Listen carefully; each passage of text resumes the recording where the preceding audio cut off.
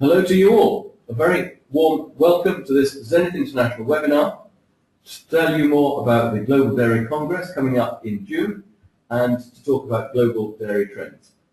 I'm Richard Hall, I'm the chairman of Zenith International, and I'm joined by Esther Renfrew, who is our Market Intelligence Director. Hello. I'll start on the Congress and then Esther will provide some market insights. Okay, so our next Global Dairy Congress is our 8th. It's on the 17th and 18th of June, and it's in Istanbul. We expect 120 to 150 delegates each year from top global and regional producers. This year, we're very appreciative of being sponsored by Aromsa and Bericap, and the full programme and online booking details are available at the zenithinternational.com website. Previous congresses have been all around Europe. We've been to Amsterdam and Athens and Madrid, to Salzburg, St. Petersburg, Oslo and Lucerne in Switzerland last year, where we had a heat wave, very good for the market. This year, our conference programme has the theme of breaking new ground. We've got a wide range of international speakers. We've also got some markets insight briefings at the end, and the particular highlight will be the Gala Industry Dinner, including the presentation of the 2014 World Dairy Innovation Awards, for which I understand we now have 150 entries, and they've come from more than 25 countries. Our conference sessions will provide a whole range of market insights, Turkey market overview, sessions on global market change, health and sustainability, with some emerging market insights as well. We'll spend time on product innovation as well as on supplier innovation. And then towards the end, we'll be taking some investor guidance before an entrepreneur shootout and concluding with some market insight briefings. Our conference speakers are at a very high level, and there are some very strong names. We've got some global producers like Arla and Chobani and Danone and Mengniu from China. We've got regional producers and innovators from Amul, huge cooperative from India, Sutash in Turkey, Dairy Farmers of America, Valio from Finland, Yummy from Indonesia, loads of other industry representatives and advisors, Sonify, to Rabobank and many others, as well as the industry suppliers who are sponsoring Bericap and Aromsa. So all in all, I hope you'll have a fantastic programme if you come and join us on the 17th and 18th of June in Istanbul. And we find that people want to come for three particular reasons. One is for information, secondly for networking, and thirdly for ideas. And we hope that we will have a packed two-day programme with all of that. I will now hand over to Esther. Thank you very much, Richard. Okay, so my name is Esther Renfrew. I'm the Market Intelligence Director here at Zenith, and it's my job today to take you through some of the global dairy trends. I've only got 10 minutes to go through this, so I'm keeping it fairly macro, but feel free to ask any questions during the presentation. We'll see your questions appear on our screen here, and we'll try and address as many as possible. If we run out of time for any reason, then feel free to get in contact. We'll be happy to help. Okay, so I'm just going to go through a very quick introduction to Zenith. You'll know us obviously through the events and this webinar, but some of you aren't necessarily aware of all things that we can do, so I'll just show you very briefly what we do. I'm then going to look at some of the trends, looking at from a regional perspective, consumption of dairy products around the world. I'm also going to give a bit of context amongst the other beverage categories, so carbonates, water and so forth, so we have some contextual information. And then focus on a few of the developing regions which I think are noteworthy. So moving on to who we are, this is Zenith's offices in the beautiful and sunny headquarters of Bath today. We are a consultancy specialising in the food and drinks industry, and we operate in 50 countries worldwide.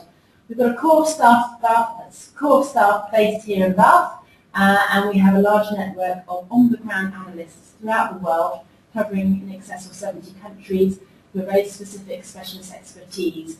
All the staff here are experts in food and drink, and we do focus predominantly on the beverage and dairy industries.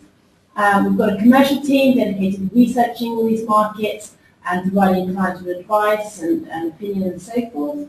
And the technical team, where we have mechanical, process and civil engineers, hydrologists and project managers who design and manage and build factories and handle all aspects of manufacturing and supply chain. We often get asked who our clients are. These are a selection, but it's fair to say that we work with both multinational companies as well as small startup companies as well. We are also, as I mentioned earlier, focusing on dairy products as well as soft drinks and juices and bottled water, food, and of course packaging is an important area that we focus on as well due to the nature of the products that we consume. So moving on, let's start off with looking at an overview of consumption by region. This data here shows dairy consumption, and here it's been measured by how much milk is produced and how much milk is traded. And first of all, as you can see, Asia is at the top of the chart here, and surprisingly, that region accounts for 42% of consumption globally, and that's followed by Europe with around 27% of the world consumption. Whilst Asia is the most important, it actually has a very low per capita when you look at it relative to some of the other regions at 74. This is in kilograms per capita. So it's quite low in terms of per capita, showing there's room for improvement, and we know that Asia is a growth region. In fact, Europe, if you look at Europe's per capita consumption, it's nearly 4 times higher than that of Asia's. The most developed dairy regions like Europe, North America and Oceania traditionally have far more milk and milk products in their diets, and they are both big consumers of dairy and producers of dairy products. And hence, on the last column, you can see the self-sufficiency ratio, and in those cases, in those 3 regions in particular, they are all over 100%. Other regions which have less than 100% self-sufficiency as a ratio are Africa, Asia, and Central America, and this means that they rely upon imports to meet demand. We know that the European Union and North America and Oceania are very large exporters of dairy products. However, Oceania is the only region in the world where consumption is lower than their net export volume. More than 70% of production is exported there. You can see that by its incredibly high self-sufficiency rate. And we know that New Zealand and Australia are very export-focused. So it's interesting to see where demand is high, but also where demand can be fulfilled. And the next slide shows you a snapshot between 2005 and 2013, again looking at the self-sufficiency ratio that we're putting up. So here it's very interesting to see that there are key exporters including New Zealand, EU, Australia and New Zealand, where they're very much export-focused, hence their ratio is over 100%, and other countries which are reliant upon trade. Now, the US in particular is now, and you can see that it's moved from 102% to 108%, and we know that the US now accounts for over 12% of global exports. And we can see their attention focusing on Africa, on the Middle East, on countries in Asia such as South Korea, where demand is booming. Other regions are still self-reliant on imports, such as Asia, Africa and Central America. And Asia here, the index has actually reduced from 92% in 2005 to 90% in 2013, because actually the local production in Asia is not keeping up with the demand for dairy products. So again, it's highlighting Asia being the hotspot. This chart here is really to show per capita consumption of beverages. This is based on around 60 countries globally, and this is to show you the share of beverages amongst so both milk and water-based beverages. So you've got tea, which is in prime position here. This hot tea, and includes both black teas and herbal teas and so forth. And really the reason why tea is in the lead is because of its heritage and provenance. There's a history of consumption in very large population countries such as China and India, and also tea's been adopted for amongst many countries in the world because of the Commonwealth and so forth. So tea has always been a very strong category. Water, you can see, is growing very fast, is overtaking carbonates, and that's all to do about hydration, particularly in countries like Mexico and Indonesia, where the quality of tap water is not necessarily as good as it needs to be. So bottled water here has been growing tremendously. And milk in the yellow line here has now overtaken carbonates, so that's a strong message for the milk industry. This is obviously liquid milk, and it's now still growing. Although the line looks relatively flat, it's showing a positive trend here. Now, also, I think the other reason why milk is overtaking carbon is clearly under pressure because of its sugar content and concerns over health. And milk clearly has much more of a natural positioning and it's nutritional, and the growth has been driven very much by Asia in particular. And flavoured milk has an important part to play. So the regions really that are propelling growth in the dairy industry, as we mentioned earlier, is Asia, South America and Africa. And the reasons for that are rising incomes and urbanisations. Now these factors have encouraged growth in dairy demand. Urbanisation stimulates improvements in infrastructure, including cold chains, which permit trade in perishable goods like dairy. Combined with a less diversified diet of the rural communities, city dwellers have much more of a varied diet. And with more modern diets, for example, through the fast food sector and policies to encourage milk consumption, differences in per capita consumption between countries is starting to narrow globally, although there's still areas to increase there. Now, let's look at some of those developing regions that I just mentioned, and starting off with South America. This is where some of the strongest growth has occurred, and this is in terms of per capita consumption of dairy products. So here, per capita consumption in South America has increased by 27% over the last 7 years. And the three countries that have really been at the forefront here are Brazil, Colombia, and Venezuela. So in South America, dairy consumption is between the developed and the developing regions because of the high level of urbanisation. I believe urbanisation is around 80% in South America. And this is especially true in the last decade in the three countries on the chart, with economic growth boosting local milk production and demand for dairy products. So due to the increasing middle class and rapid changes in diet and lifestyle, demand for nutritious, convenient products has been increasing. This provides dairy companies with significant opportunities, and the degree of foreign investment has also ensured an influx of capital and technology that's lifted the dairy industry in South America to a higher level. Milk production costs in most South American countries are amongst the lowest in the world, and this makes the region attractive for sourcing milk in the future. Let's look at another region. This time let's look at Asia, and surprisingly here you've got India, China and Indonesia, who are responsible for some of the greatest increase in Asia, and you can see there that per capita consumption has increased by 22% over the last 7 years. We know that the economies of China, India and Indonesia have undergone massive growth rates over the last 7 years. GDP has been around 10 to 20% a year on average for these countries. There's increased prosperity, there's rapid growth of the middle class, which has led to significant rise in dairy consumption. So dietary patterns are changing and expanding, and with the rural-urban transition, people living in cities consume more fast and more convenient foods, especially in China. And if you look at some of these statistics in the fast food chains here, for example, Yum Brands Inc., who are the owners of KFC and Pizza Hut restaurant chains, they've got more than 5,400 KFC and Pizza Hut locations in China, and they have opened around another 700 units last year. McDonald's, you've got around 2,000 outlets. They opened another 300 last year in China. So phenomenal growth, and that's increasing consumption, particularly of cheese, which is uncommon in the general diet in China. Also, finally, India, it's worth noting that dairy has always been part of their diet. Milk is consumed in the rural communities, and that's why there's been a relatively high per capita consumption there. But there's still further expansion potential for dairy consumption in these regions, and as income levels continue to grow, levels of per capita consumption are still relatively low, but can grow further.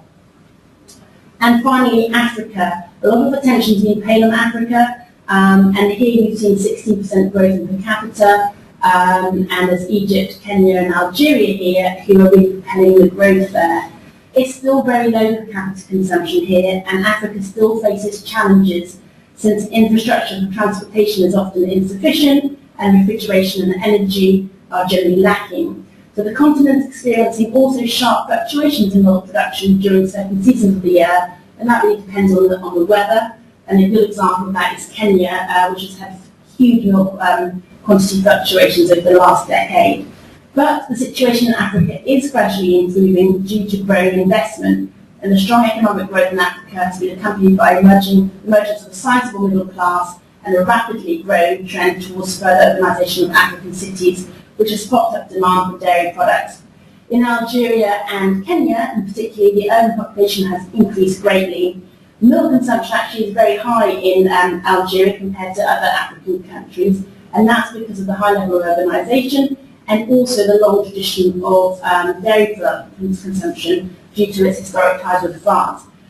This is demonstrated particularly in cheese, and unusually soft cheeses like Brie and Camembert, or white mold cheeses like Brie and Camembert, are very popular in Algeria, which is quite uncommon.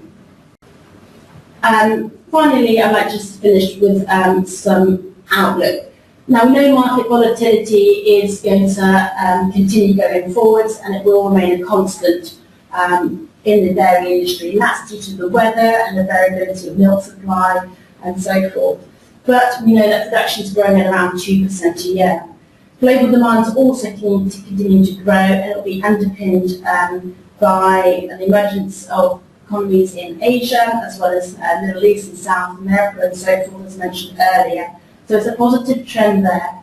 There's also optimism amongst the industry with respect to the potential for strengthening the future of the demand for milk and dairy products in Africa. And we know, as I mentioned earlier at the beginning of the presentation, there is increasingly a geographical imbalance between production and consumption of dairy in the world. Therefore, trade is still essential to fill the gap. Even though it's only 9% of global consumption, trade will still be an important factor. And I haven't really mentioned, because I haven't got much time, but in terms of the developed economies, innovation will continue to remain important. And I think we'll see a lot of that at the Dairy Congress, where we hear from the manufacturers as to what's happening, and particularly during the entrepreneur shootout. So with that, I'd like to say thank you very much. If you've got any questions, please feel free to ask them. We've got quite a few questions that have already come through. If not, then do feel free to get in contact. Okay, thank you, Esther. And do please submit any questions that you have. We've got a few come through. And that point about innovation is so important. We've got Brogurt, we've got Chobani, we've got some of the younger startup entrepreneurs. So we've got some quite interesting products to present and talk about as case studies during the Congress. On questions, I'm going to just pick one to start with that's come out from later down the list, which is your point about production demand, I guess. Can we meet future world demand? Yes, it's obviously a big topic of conversation generally in the food and drinks industry.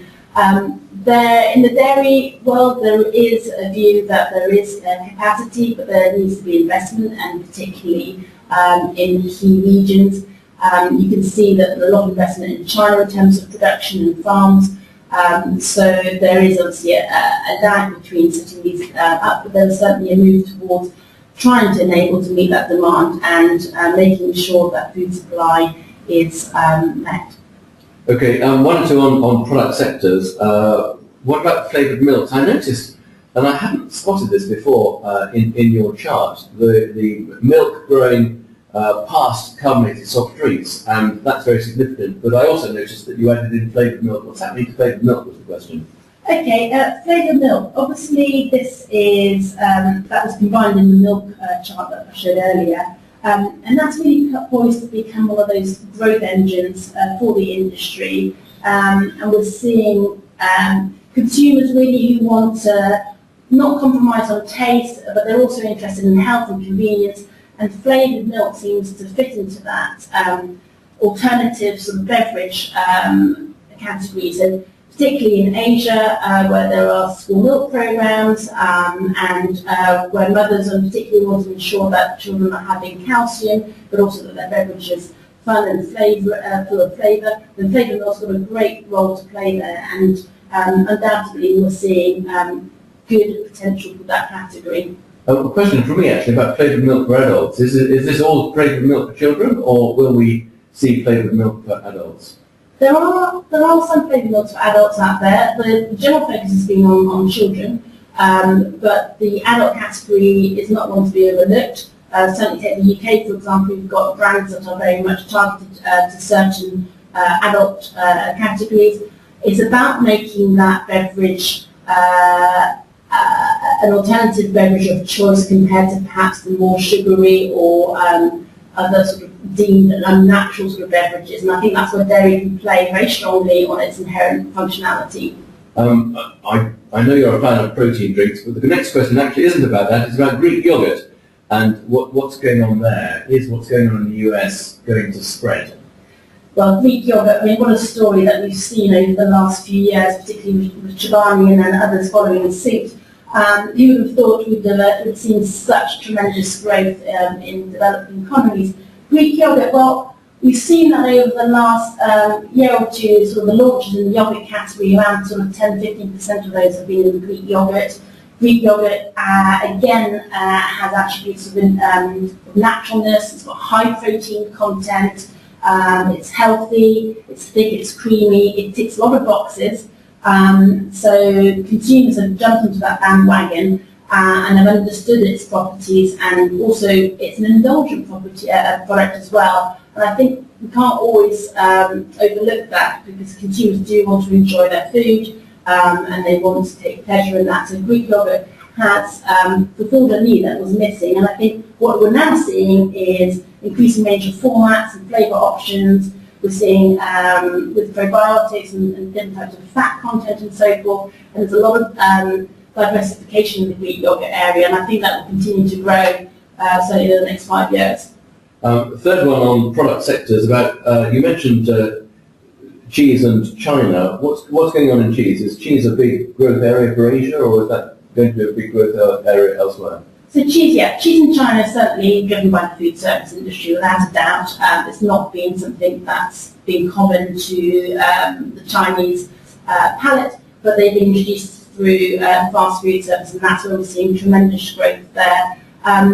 Generally, the world sort of split into sort of two camps. In all the developing countries where there hasn't been a history of cheese, that's where food service and processed cheese as well has grown phenomenally. Processed cheese because of the ambient nature that you can, so it's not such an issue, particularly, say, for example, in North Africa, in terms of the supply chain and refrigeration, likewise in the Middle East. Phenomenally strong growth there in processed cheese, and that tends to be branded, again, bought for children quite often because of calcium and the health benefits associated with that. In more developed economies, say in the US and West Europe, you're looking more at, there's a strong view obviously in own label in cheese, but also in terms of specialty cheeses. So you've got a sort of diversification of own label versus sort of more premium, and you've also got a big shift in the US from processed slices to natural slices, and again that's the consumer looking for that natural proposition. Now, next one is about European quotas and the end of European quotas and what's going to happen to production. You talked about investment. Is that investment now accelerating in Europe for increased production? Interesting, and I think Europe's a difficult market because of the economy's economic condition that we've had over the last, since 2008. A lot of the companies are actually looking further afield, and I think that's where investment's being looked at. There is lots of talk, obviously, as to what the impact's going to be of the end of European quotas. And I have to say, I think possibly there's still a lot of focus going on some of these growth markets and actually looking at investment in terms of joint ventures. Recently, obviously, there's been talk of using Campina investing in Asia and so forth, and I think we're going to continue seeing those types of JVs happening. So not necessarily in Europe increases in production. Some countries, yes, but not everywhere. Yeah, I think it's more to say that, fair to say that I think European dairy companies will be looking further afield because dairy is a difficult product to export. Right. And therefore they'll be looking at opportunities. Demand's a little bit more stagnant in Europe, therefore they'll be looking at opportunities elsewhere. The technical question about the time period for your consumption slides, was that 2005 to 13? Correct, yes. Okay, that's what I thought, yes. So that answers the technical question. Next one was an interesting one, and I noticed it too. Venezuela. You had a very high growth rate for Venezuela, which is not necessarily the easiest economy to expect to have some record-breaking growth from? Is there a particular reason for that? Is that low base or is that... It is relatively low base with Venezuela. It is one of those markets that you wouldn't necessarily expect to see it. There's been quite a bit of investment in local production in Venezuela, and that's what's really driven the increased consumption, and that's been over a period of time. So, yes, that's where it's coming from, sort of local investment into the dairy industry that's propelled that forward. I've got 3 questions in the next one, which is about India over the next 5 years. It's cartons, cheese and yoghurt growth for Indian market over the next 3 years. Anything you want to pick out on that? Yeah, I mean, India is very interesting, particularly because it's got the highest milk production in the world. It's very much a fresh milk market, and obviously cheese is also very important there, as is yoghurt. With the milk, it's very interesting because they've got their own products, haven't they, as well as yoghurt? So they've got lots of indigenous products in India. That's right, yes.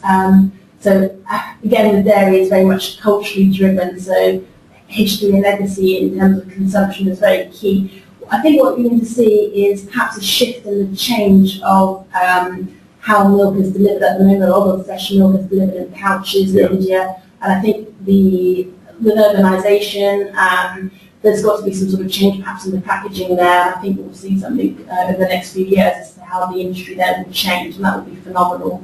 So a premiumisation and the sophistication of the market. Yes, I mean, everyone gets pretty much delivered milk on a daily basis in India, and it's very much from smallholding, local production, but I think that will change. The other emphasis, I think, in India will be quality. That at the moment it's just phenomenal that some of it gets delivered every single day in such conditions. That I think that there will be more emphasis on achieving shelf life and quality over time, as well as branding and more premium brands. So the next one was just selecting the key areas of growth.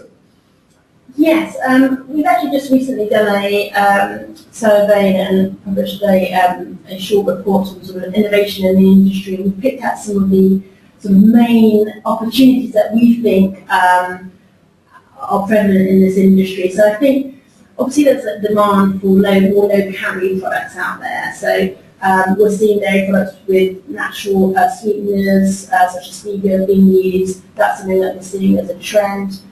There's a more demand for convenience and snacking. Again, there's all that sort of time poor, but also the desire to have actually nutritional snacking products. So dairy's got a great role to play there. Something that tastes good, that meets demand, and that's snackable. There is a market still out there for indulgence. I mentioned that earlier. But people wanted to guilt-free. And I think we shouldn't ever negate that. I mentioned that earlier, but I do think that indulgence is key in terms of making sure that the consumer has pleasure in their food.